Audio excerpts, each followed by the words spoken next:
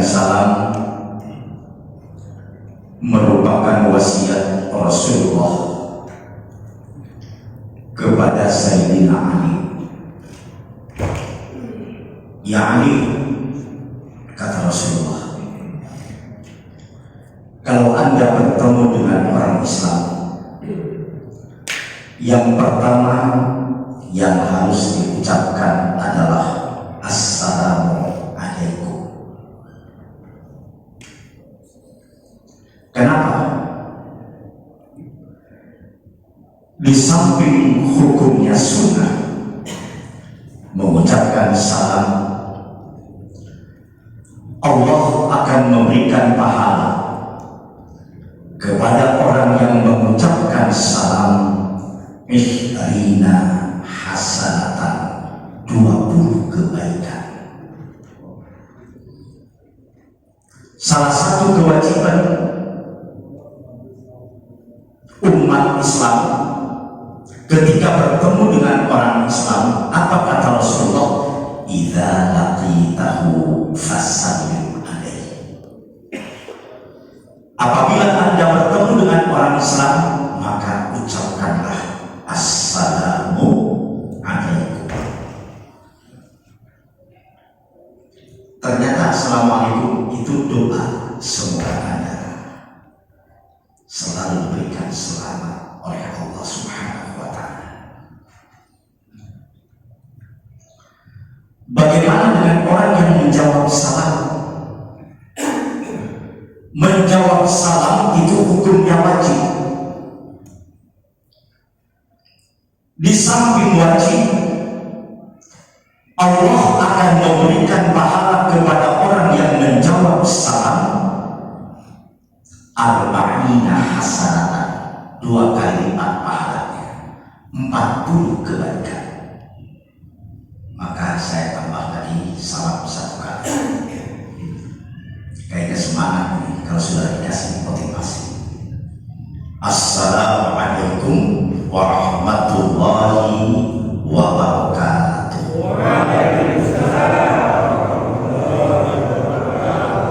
Masya Allah, sarannya. Jadi kalau istilah kodol itu harus dipencet dulu baru nongol. Nahmaduka Allahumma antal fa'ilul mukhtar likulli fa'il kainatu wal iqsan kullu maf'ulin. Asyhadu an la ilaha illallah wa asyhadu anna Muhammadan abduhu wa rasuluh. Wassalatu wassalamu ala Rasulillah wa ala alihi wa sahbihi wa man tabi'ahu wa ba'du. Qala Allah Ta'ala fil Qur'anil Karim, Bismillahirrahmanirrahim. Wa minan nasi man yaqulu amanna billahi wal yawmil akhir wa bil yawmil akhir wa ma hum bimu'minin. Yang sangat saya hormati segenap pengurus masjid kita tercinta, wali khusus Bapak Didi Sudrajat beserta staf-stafnya, para bapak, para tokoh, para haji. Semoga kita hadirnya di sini semuanya dimuliakan oleh Allah Subhanahu wa Ta'ala.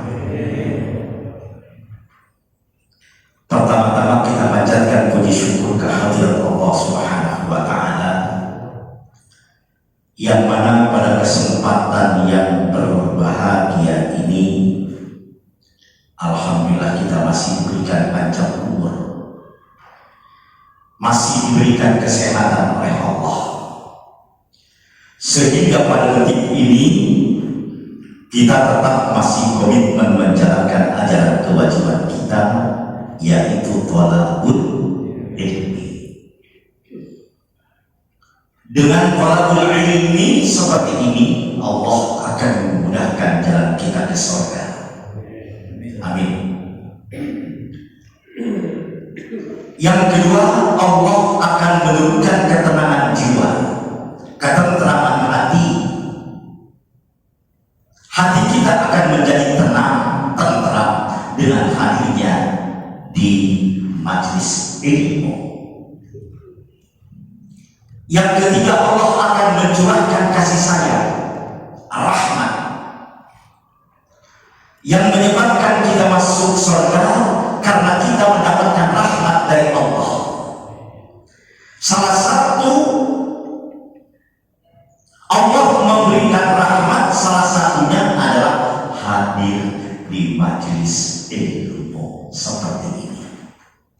Insya Allah Allah akan memberikan rahmat kepada kita.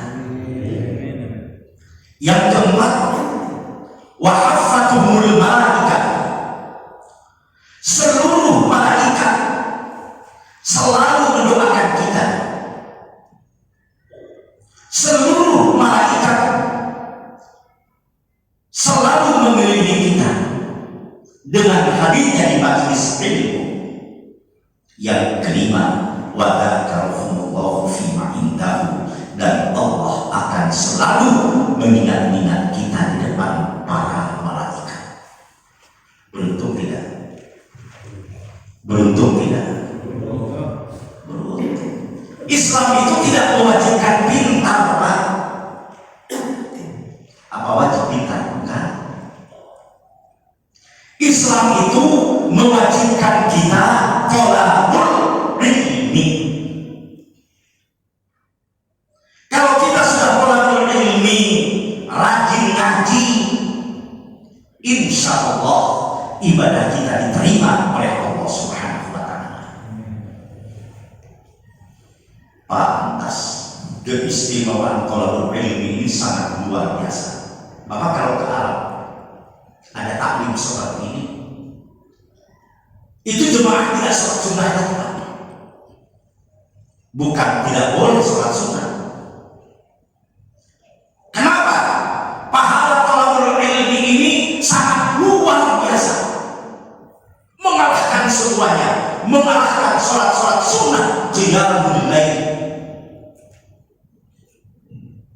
Kadang kan saya, Pak, kalau ke sholat sunnah, iya, betul.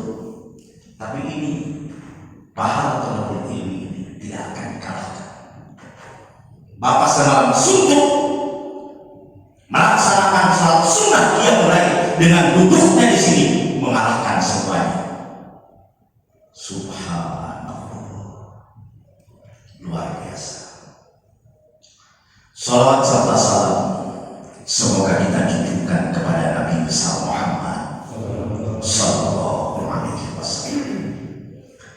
Beliaulah yang telah merubah dunia ini dari zaman kegelapan sampai kepada jalan yang terang benderang.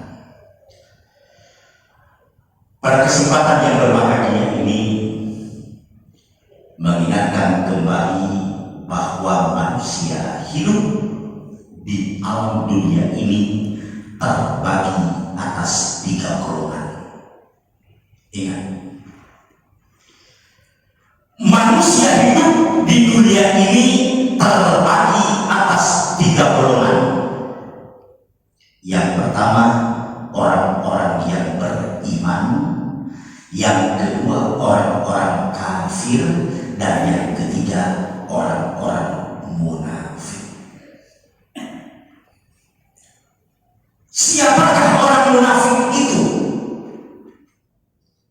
Orang munafik itu lain di mulut, lain di hati. Ingat. Wa minan nasi man yaqulu amanna billahi wa bil yawmil akhir wa bil yawmil akhir wa ma hum bimu'minin.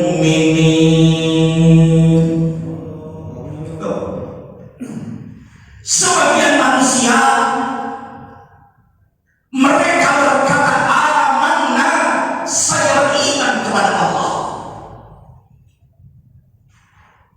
saya beriman kepada Allah. Ingat, wabil yaumil akhir, dan beriman kepada hari akhir, hari akhirat. Wa hum bimu'minin, padahal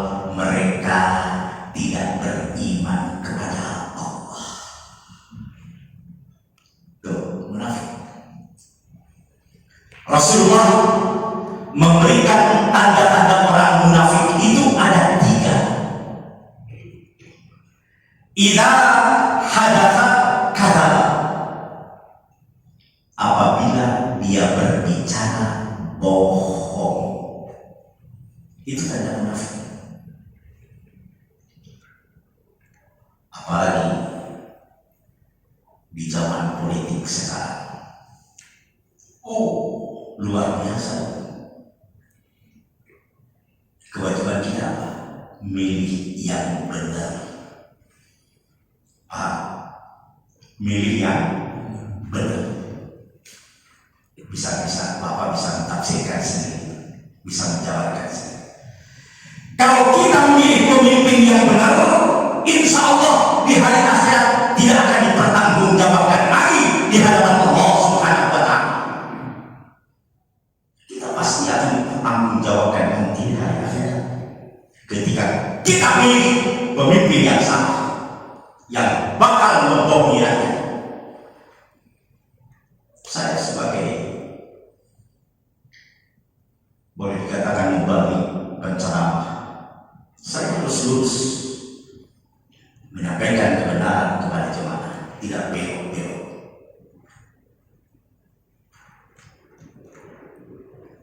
Sekarang mulutnya manis,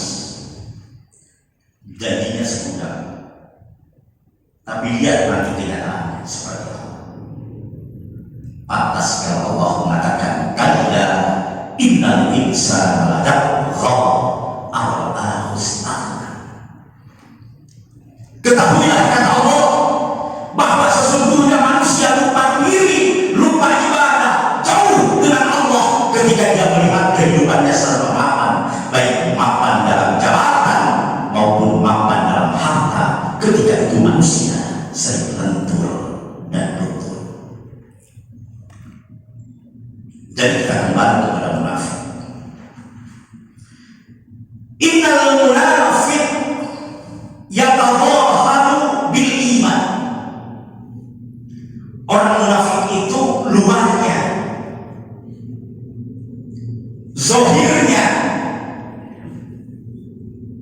bentuknya beriman. Dia sholat.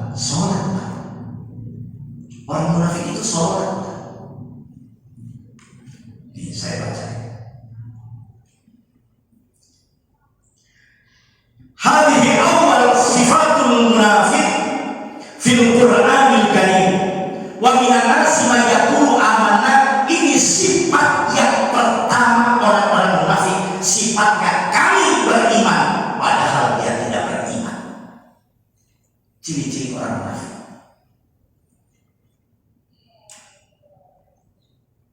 Yu'linuna bil iman, dia memproklamirkan, mengiklankan dia beriman, saya beriman.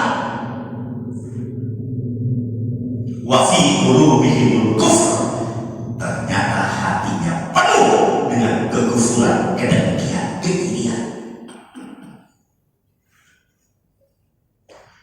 Wa lidzalika, oleh karena itu, fa inna imanahum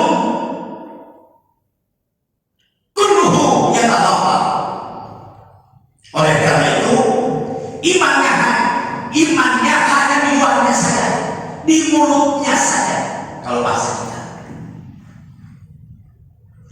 idza dhahabu lis-sholati la taqtu lahum. Apabila dia pergi sholat, tidak membekas dari sholatnya. Munafik tidak membekas dari sholatnya. Sholatnya rajin, nyolongnya juga ikut rajin, nyolong sholatnya rajin, tapi banyak iri sama orang. Tidak membekas, la taktub lahu, tidak membekas dari hasil sholatnya. Kalau dia mengeluarkan zakat, orang munafik itu selalu menyesal. Saya menyesal banget ya, kemarin saya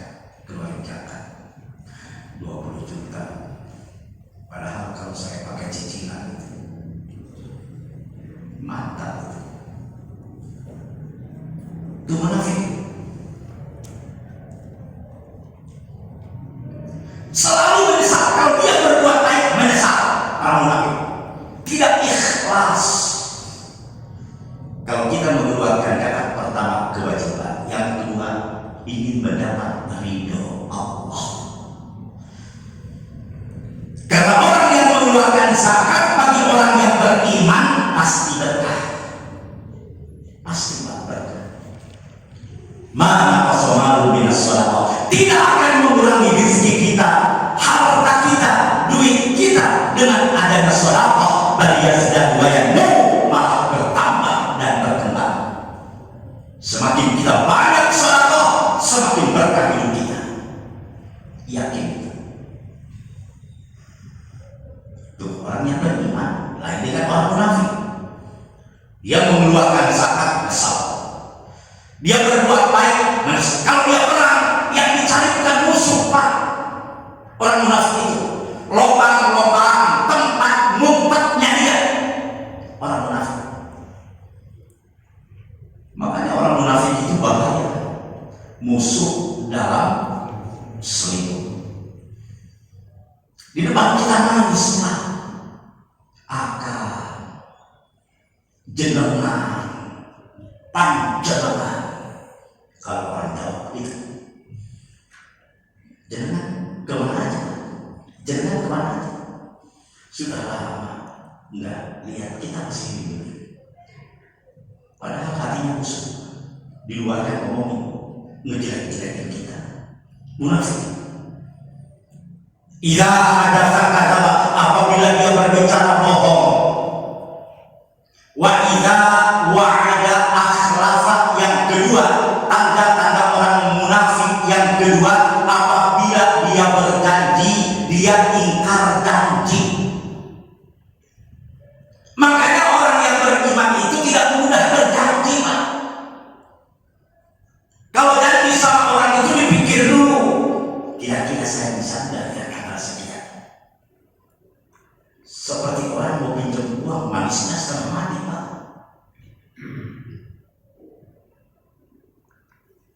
Bapak jangan diam aja. Betul kan? Pokoknya besok saya lagi. Saya kesini lagi besok. Sampai sekarang ada datang lagi. Ada yang begitu, Pak. Pokoknya kalau sudah saya transfer, akhir bulan saya transfer lagi. Pokoknya janjinya menggiurkan. Idza wa'ada akhlafa, apabila dia berjanji dia ingkar janji, munafik. Yang ketiga, idza tumina khana, apabila dia dikasih amanah dia khianat. Apalagi pemimpin dikasih amanah oleh raja tapi dia khianat dengan raja, bukan masuk neraka lagi, Pak. Ditempatkan di keraknya api neraka. Innal munafiqina fi darkil asfali minan nar. Sesungguhnya orang-orang munafik itu ditempatkan di keraknya api neraka. Di keraknya ini api dibuat di tempat balarnya, di kayu bakarnya, di dasarnya api neraka. Nauzubillahi min tuh sih. Wa idza qatala wahidu minhum, apabila berperang terus ada yang meninggal temannya, Pak, bikin fitnah segala macam. Segala saya, meninggal kita, kelompok kita makin sedikit sekarang. Menyesal. Padahal bagi orang yang beriman, ketika mati syahid, surga jaminan. Makanya orang Palestina itu jihad itu gak main-main, Pak. Mereka berani mati, tidak takut mati, karena yang diharapkan satu adalah keridhaan Allah Subhanahu wa Ta'ala. Karena yang diharapkan satu, surganya Allah. Makanya ketika meninggalkan senyum kelihatan, mukanya cerah.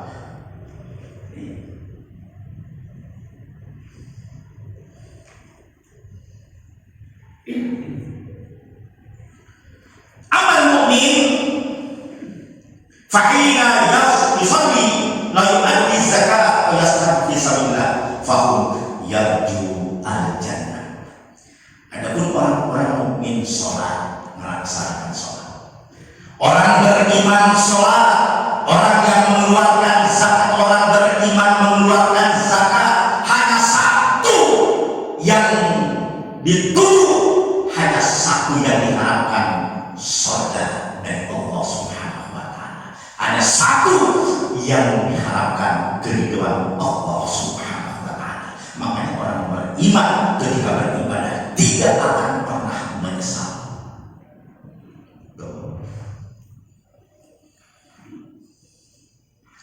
Siapakah orang-orang yang beriman? Ini orang munafik. Di awal surat Al-Baqarah saja, di awal ada surat Al-Munafikun, surat khusus untuk orang-orang munafik. Satu surat, belum di surat-surat yang lain. Di awal surat Al-Baqarah Allah memberikan pengantar untuk orang-orang munafik 13 ayat secara berurutan, secara berentetan. 13 ayat pengantar orang-orang munafik di awal surat Al-Baqarah. Silakan cek. Allah memberikan pengantar orang-orang yang beriman di awal surat Al-Baqarah 3 ayat. Coba 13 ayat, 3 ayat. Orang yang beriman itu 3 ayat. Pengantarnya di surat Al-Baqarah 3 ayat.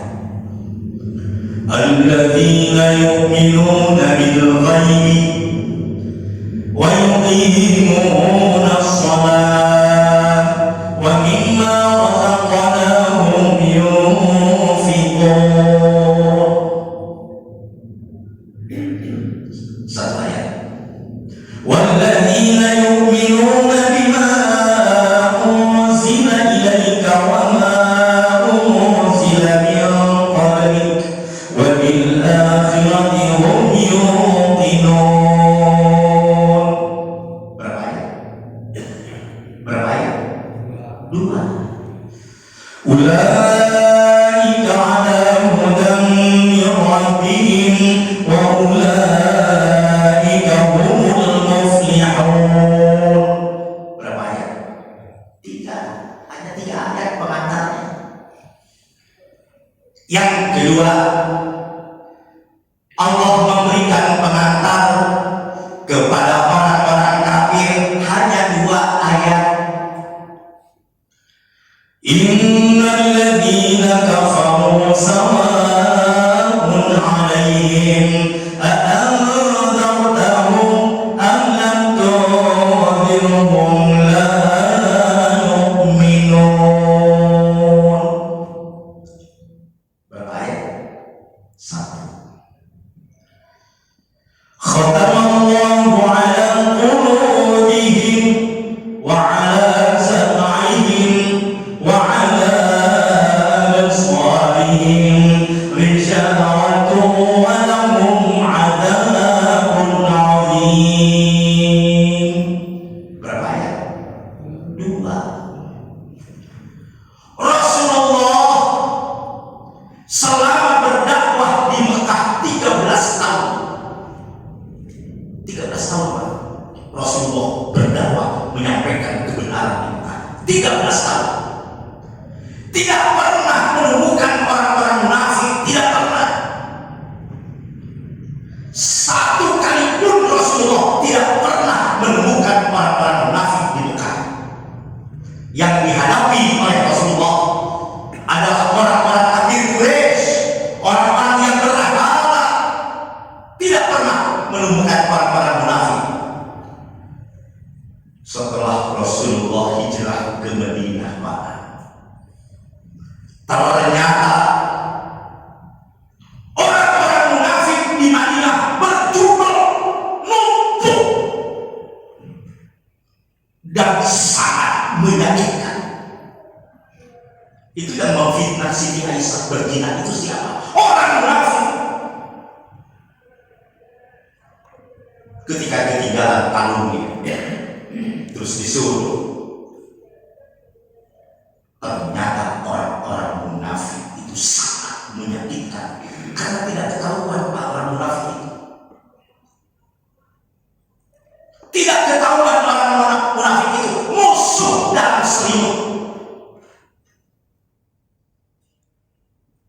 Di sini ayatnya. Walau nasya'u la'araynakahum fala'araftahum bisimahum wa lata'rifannahum fi lahnil qawl wallahu ya'lamu a'malakum. Meskipun kita tidak tahu, Allah akan memberitahu tentang orang-orang munafik fi lahnil qawl, dengan lagak-lagak mereka, dengan lahnul qawl, dengan ucapan mereka akan ketahuan orang munafik itu. Allah akan memberitahu tentang orang-orang munafik dengan tanda-tandanya. Tuh. Makanya jangan takut, pasti ketahuan orang munafik karena Allah memberitahu tentang tanda-tanda orang munafik. Kemudian di surat Al-Munafiqun, idza ja'akal munafiquna qalu nashhadu innaka rasulullah wallahu ya'lamu innaka rasuluhu wallahu yashhadu innal munafiquna lakadzibun. Muhammad, ketahuan apabila orang-orang munafik itu datang kepada Muhammad, apabila orang-orang munafik itu datang kepada Muhammad, mereka akan mengatakan, kami bersaksi bahwa sesungguhnya engkau adalah Rasulullah. Tuh, orang munafik di hadapan Rasul. Orang-orang munafik datang, terus mereka berkata, nashhadu, kami bersaksi sesungguhnya engkau adalah Rasulullah. Di depan Rasul. Wallahu ya'lamu, Allah Maha mengetahui. Wallahu yashhadu, Allah pada waktu yang sama Allah menyaksikan. Allah pada waktu yang membongkar, maksudnya Allah pada waktu itu juga membongkar sesungguhnya orang-orang yang datang kepadamu adalah orang-orang munafik dan mereka sangat mendustakan. Tuh, naudzubillah, ini dibongkar waktu itu. Ketika mereka, kami bersaksi sesungguhnya engkau adalah Rasulullah.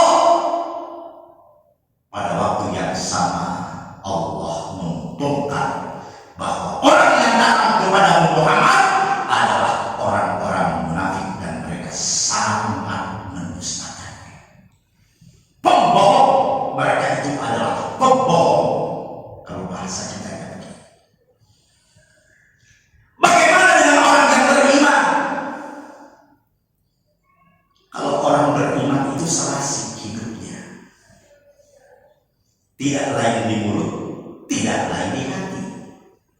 Mulutnya beriman, hatinya beriman. Itu orang beriman. Maaf. Orang kafir serasi juga, sesuai dengan ucapannya.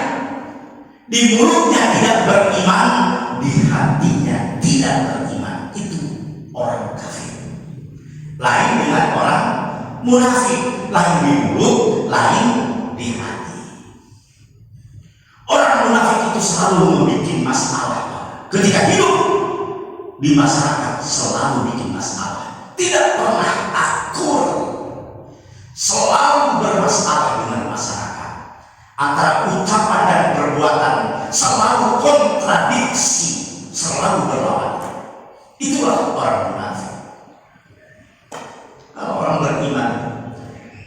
alladzina yu'minuna bil ghaib.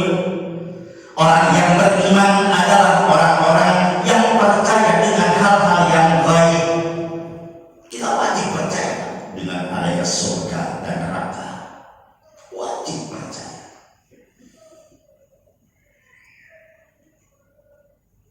Allah gaib, tapi kita wajib percaya dengan adanya Allah.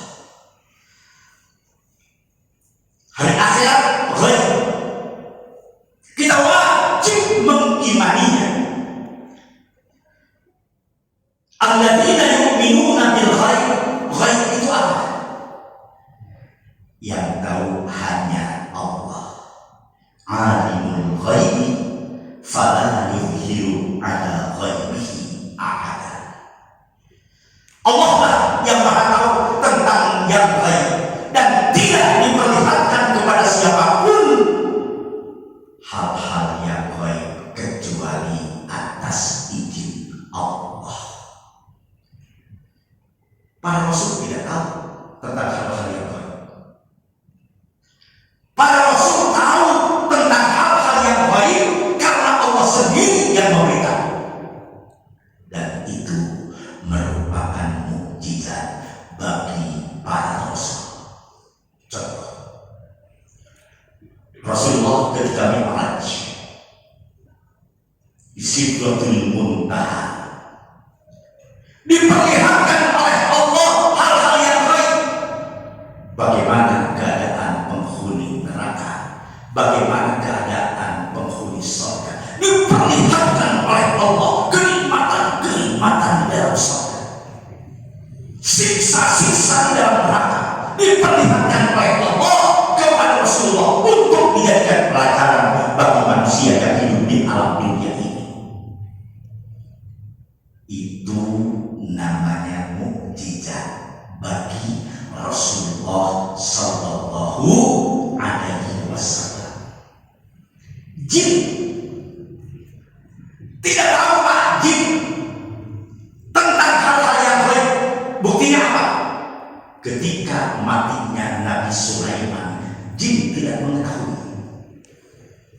Karena Allah mengatakan dalam Al-Quran, "Falamma qadayna 'alaihi al-mauta ma dallahum 'ala mautihi illa dabbatul ardi ta'kulu min sa'ata falamma kharra tabayyanat al-jinnu an law kanu ya'lamuna al-ghaib ma labithu fil 'adzabil muhin." Tuh ayatnya. Manakala Allah telah menentukan tentang kematiannya Nabi Sulaiman, tidak ada yang mengetahui tentang kematiannya itu kecuali tongkatnya Nabi Sulaiman sedang dimakan raya. Tidak tahu Pak. Dikecokkan oleh Allah jin, sehingga jin tidak tahu tentang kematiannya Nabi Sulaiman. Ghaib. Jadi ghaib itu ada dua. Ada ghaib mubrom, ada ghaib mutlak. Ghaib mubrom seperti musir setan. Musir setan dulu pernah ramai buka-buka itu. Ya, kalau kita kan memang tidak mempelajari ilmu setan. Setan bisa diusir, jin bisa diusir. Itu namanya, dan memang ada ilmunya Pak. Ada ilmunya. Seperti santet, ilmu sihir. Bapak percaya tidak percaya, tidak benar. Kan begitu. Itu namanya ghaib mubrom, bisa dipelajari. Bisa dipelajari Pak. Yang kedua, ghaib mutlak. Ghaib mutlak itu seperti surga, neraka, hari akhirat. Tidak bisa dipelajari. Tidak ada ilmu untuk mengetahui tentang surga yang sebenarnya. Tidak ada ilmu. Tidak ada kitabnya, tidak ada bukunya untuk mengetahui neraka yang sebenarnya. Hanya Allah yang tahu. Kalau kita tidak percaya dengan adanya hal-hal yang gaib, berarti kita tidak beriman kepada Allah Subhanahu wa Ta'ala. Kan ada yang mengatakan hari akhirat fiksi, hayal. Itu tidak beriman kepada Allah, Pak. Kalau ada yang mengatakan hari akhirat itu fiksi, hayalan, itu tidak beriman kepada Allah. Nauzubillah ini. Ayat-ayat tentang hari akhirat jelas banyak dalam Al-Quran. Apa yang ada dalam Al-Quran, kita harus yakin kebenarannya. Masya Allah, kalau masih kita tadabbur terhadap itu baru mengkaji Al-Quran. Oh ini dia, artinya ini, oh arahnya ke sini. Luar biasa. Yang ketiga, wajib yang kedua, sampai jam berapa? Apa sampai biru semua? Berapa menit lagi? Yang kedua, pokoknya sampai tuntas saja. Enggak apa-apa, sudah tenang aja. Yang kedua, ingat wajibmu sholat. Orang yang beriman itu adalah orang-orang yang melaksanakan sholat. Sholat ini baru metode ibadah. Tolok ukur ibadah sholat. As-sholatu imanuddin. Kan ada sholat di pintu-pintu masjid. Sholat itu tiangnya agama. Tiang itu kalau bangunan tidak ada tiang, tidak ada tiang-tiang roboh, tidak ada penyangga. Orang yang beriman itu orang yang melaksanakan sholat. Tolong ukur ibadah, barometer ibadah, rasul ibadah, sholat. Itu di hari akhirat. Yang pertama kali yang akan dihitung amalan kita, tidak dengan yang lain. Zakat, sedekah dan lain sebagainya dipendingkan, ditunda. Sholat dulu yang ditanya oleh Allah. Yang akan dicek di hari kiamat, di hari akhirat, itu sholat dulu. Satu persatu antri di hari akhirat. Coba Bapak bisa bayangkan satu hari di hari akhirat bagaikan 50.000 tahun. Antri satu persatu. Satu hari di hari akhirat 50.000 tahun. Tapi bagi orang-orang yang menyumbangkan pembangunan masjid, yang menginfakkan hartanya di jalan Allah, Allah akan membuatkan istana di hari akhirat. Amin, Pak. Kalau di surga apa ada yang kita mau ada, Pak? Gak usah dibicarakan lagi. Di surga Bapak mau apa? Mau apa? Ngomong. Saya mau tambah istri aja. Karena di dunia ini sangat sulit nambah istri. Di hari ini akhirat mas saya balas dendam, kepengen 100. Iya. Apa? Jangan takut. Allah berjanji, walahum fiha fakihatun walahum ma yad'un. Coba buka terjemahan. Walahum, bagi penghuni surga, walahum fiha, di dalamnya apa yang dia mau ada. Walahum fiha fakihatun, berbagai macam kenikmatan di dalam surga, apa yang dia mau ada.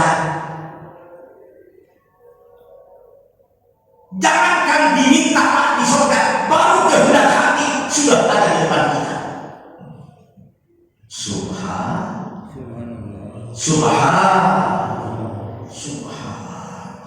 luar biasa. Cuma ayat tentang surga. Fiha fakihatun, bukan fiha anharun min asal. Di dalam surga Allah sengaja menciptakan surga. Di dalam surga Allah menciptakan sungai yang terbuat dari madu. Sungai yang terbuat dari madu. Masya Allah. Bapak punya madu nggak sekarang? Bukan madu, punya madu. Pasti Bapak tes dulu. Ini asli enggak? Oh, ini dari Jambi Pak, baru datang. Masih belum percaya. Saya dapat 1 botol dari Jambi. Belum saya minum. Di surga Allah menciptakan sungai fiha anharun min asal. Allah sengaja menciptakan sungai yang terbuat dari madu musaffa, asli, setetes pun tidak ada campuran. Subhanallah. Fiha anharun min laban. Allah sengaja menciptakan sungai yang terbuat dari air susu. Air susu. Masya Allah. Sungai terbuat dari madu. Sungai yang terbuat dari susu. Fiha anharun min khamrin. Tuh. Allah sengaja menciptakan sungai di surga yang terbuat dari minuman keras, min khamrin, yang di dunia diharamkan oleh Allah. Di surga Allah menciptakan sungai yang terbuat dari minuman keras. Luar biasa. Yang kalau diminum itu minuman keras membuat orang kenapa? Saking buaya, saking enaknya. Kalau Masya Allah. Bidadari, nggak ada AC di surga, nggak ada AC. Ini AC kecil begini, apa? Berapa AC? Di surga tidak berlaku AC lagi. Tidak berlaku. Ada siap dengan shopping bagnya, siap dengan istananya. Subhanallah. Asdar itu pohon rindang yang mengademkan suasana. Masya Allah. Di surga tidak ada toilet. Ada WC nggak di surga? Bapak pernah nggak ada ulama menceritakan di surga ada WC? Pernah nggak? Nggak ada. Sibuk mereka makan, tapi tidak keluar dari. Tidak ada berak di surga yang keluar keringat. Itu pun wanginya bagikan minyak kasturi. Subhanallah. Mudah-mudahan kita langsung surga. Amin. Ya Allah, ya Allah. Sudah habis. Sekali lagi saya mengundang bapak-bapak untuk hadir. Ya, pada saat masa karena anak saya yang pertama, alhamdulillah sudah tahun terakhir. Insya Allah tahun depan sudah selesai. Inilah yang dapat saya sampaikan. Kurang lebihnya saya mohon maaf.